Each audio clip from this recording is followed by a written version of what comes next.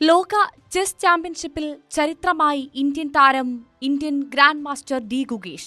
ലോക chess championship കിരീടത്തിൽ മുത്തമിട്ട് രാജ്യത്തിന് അഭിമാനമായ ഗുകേഷിന് അഭിനന്ദന പ്രവാഹമാണ്. അതിനിടെ ശ്രദ്ധയാവുകയാണ് വർഷങ്ങൾക്ക് മുൻപുള്ള ഗുകേഷിന്റെ ഒരു വീഡിയോയും അതിലെ താരത്തിന്റെ വാക്കുകളും.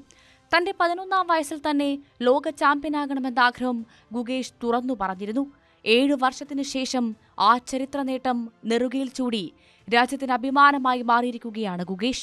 തന്റെ 11ാമത്തെ വയസ്സിൽ ലോക ചെസ് ചാമ്പ്യനാകണമെന്ന സ്വപ്നം തുറന്നു പറയുന്ന ഗുകേഷിന്റെ വീഡിയോ ഇപ്പോൾ സോഷ്യൽ മീഡിയയിൽ വൈറലായിക്കൊണ്ടിരിക്കുകയാണ്. ചെസ്സിൽ 5 തവണ കിരീടം സ്വന്തമാക്കിയ ഇതിഹാസ താരം വിശ്വനാഥൻ ആനന്ദിന് ശേഷം ലോക കിരീടം നേടുന്ന 2ാമത്തെ ഇന്ത്യക്കാരനെന്ന നേട്ടവും ഗുകേഷിനാണ്.